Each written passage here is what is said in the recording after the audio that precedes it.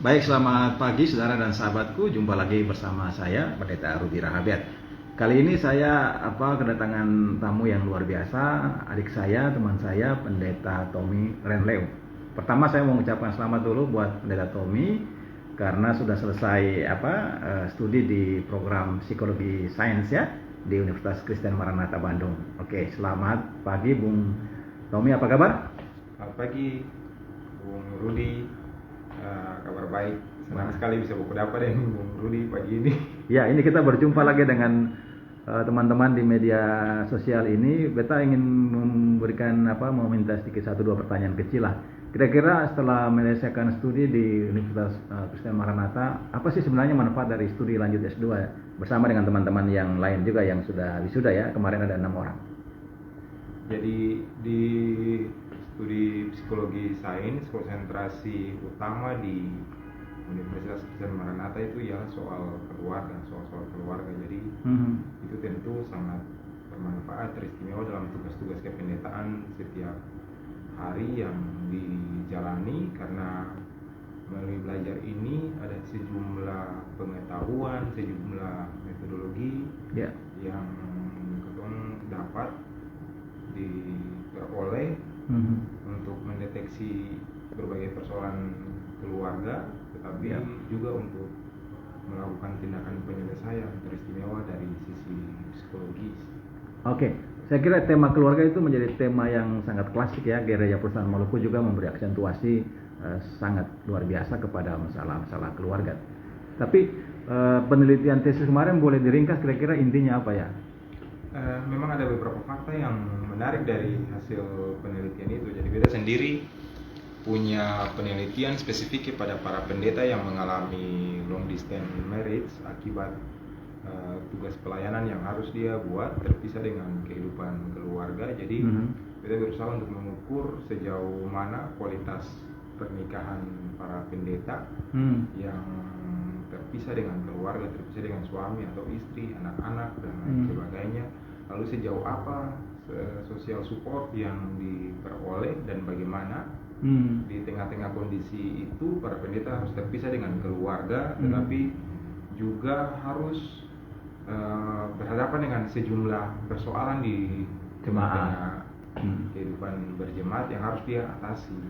Nah, di tengah-tengah kondisi itu kan pasti banyak tekanan stres yang betul, harus dipikul oleh seorang pendeta. Karena itu kita sendiri harus mengukur bagaimana strategi coping yang harus dibuat oleh para pendeta dan bagaimana social support yang diperoleh oleh seorang social support pendeta. Ini seperti apa saja Bung? Social support ini misalnya dukungan dari keluarga, dukungan dari anggota jemaat, dukungan dari rekan-rekan pelayan, dari pimpinan klasis, bahkan sinode. Dan ternyata kenyataannya sekalipun semua dukungan itu tersedia, dari segi ketersediaan kita punya persediaan dukungan yang cukup banyak, tapi ternyata hasil penelitiannya menunjukkan bahwa semua itu tidak berpengaruh kepada seorang pendeta. Itu kenapa sampai soal kualitas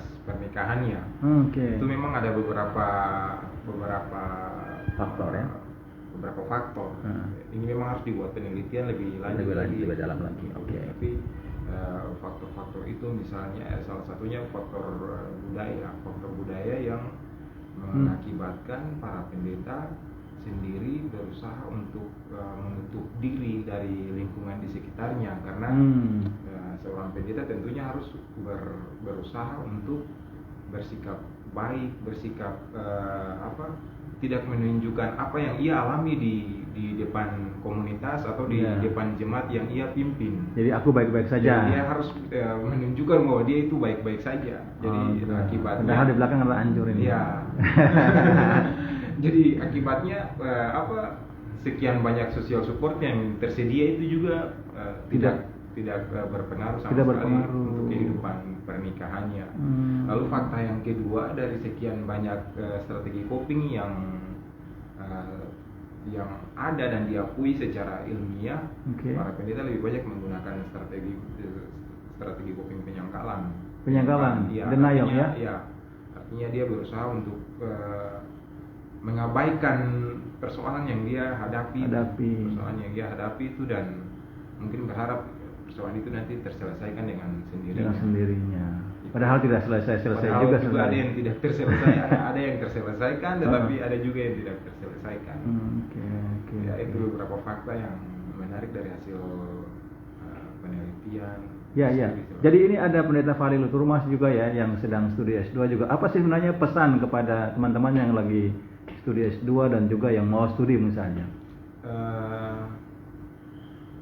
Tentu atau pasti harus memanfaatkan kesempatan ini dengan baik untuk menemukan hal-hal baru dalam proses belajar ini yang bermanfaat untuk, tentunya sangat bermanfaat untuk punya pelayanan.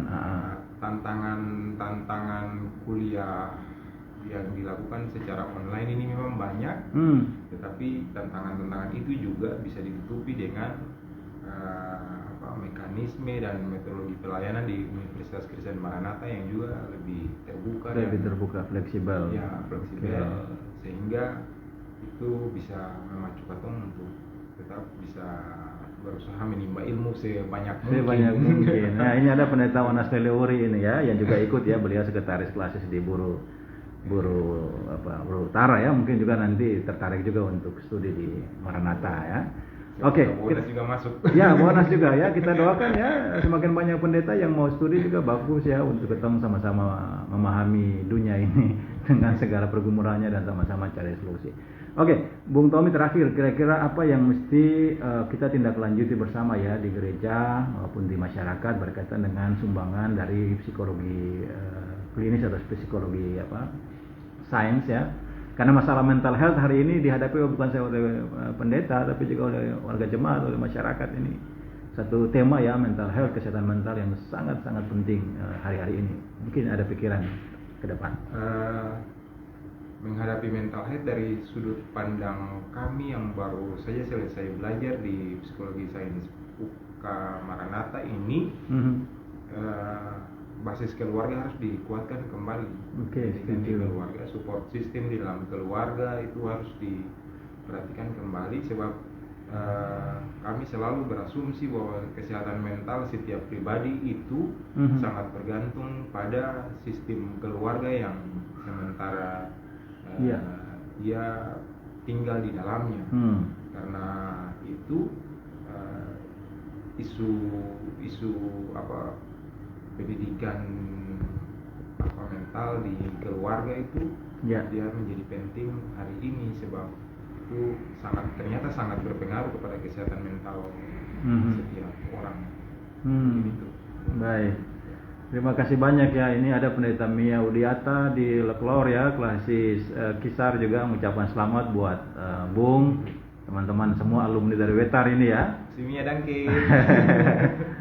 Ada juga Bro Mario Lawalata juga. Nah, ini di Samlaki ya. Thank you Bu Mario.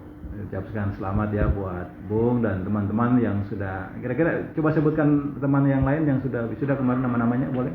Kemarin yang baru saya wisuda 6 orang, Bung Peter Manu Putih, Sekretaris Aru Tengah, Bu Yohanes Wai, Bu Hani Wai, Ketua Serut Barat, Sumatera Barat, Devi Marwela, ya. Ketua Majelis Jemaat Wai Sawak, Tanimbar Selatan, Bu Sami Sahulata, ya, mantan Ketua Klasis Tanimbar Utara, sekarang di LPJ ya. Bu James Bernard, Ugap gabungan Klasis Tanimbar. Bung sendiri sekarang di mana ya? Ini ada salam dari Sures, Ketua Majelis Jemaat GPM. Sures dari PG ini, beliau lagi menyimak juga ini. Tuanku Sures dari India nih.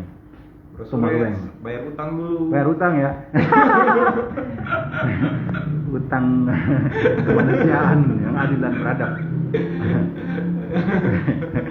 Oke, saudara dan sahabat, terima kasih ya sudah menyimak juga sama-sama perjumpaan singkat dengan Pendeta Tommy Renleu. Semoga tetap sehat jasmani maupun mental. dan saling menyehatkan ya, khususnya kita mengembangkan pastor-pastorum ya, untuk saling menguatkan satu dengan yang lain dan juga untuk tugas-tugas bersama ke depan. Sekali lagi atas nama Gereja Bersama Maluku kami ucapkan propisiat ya, selamat buat kawan-kawan yang sudah wisuda di beberapa hari yang lalu, dan kita doakan ke depan kita akan berjalan bersama untuk melayani masyarakat, melayani umat, dan melayani diri kita sendiri juga ya, dan keluarga kita, itu penting sekali. Oke, terima kasih saudara dan sahabatku, sampai jumpa lagi, Tuhan memberkati.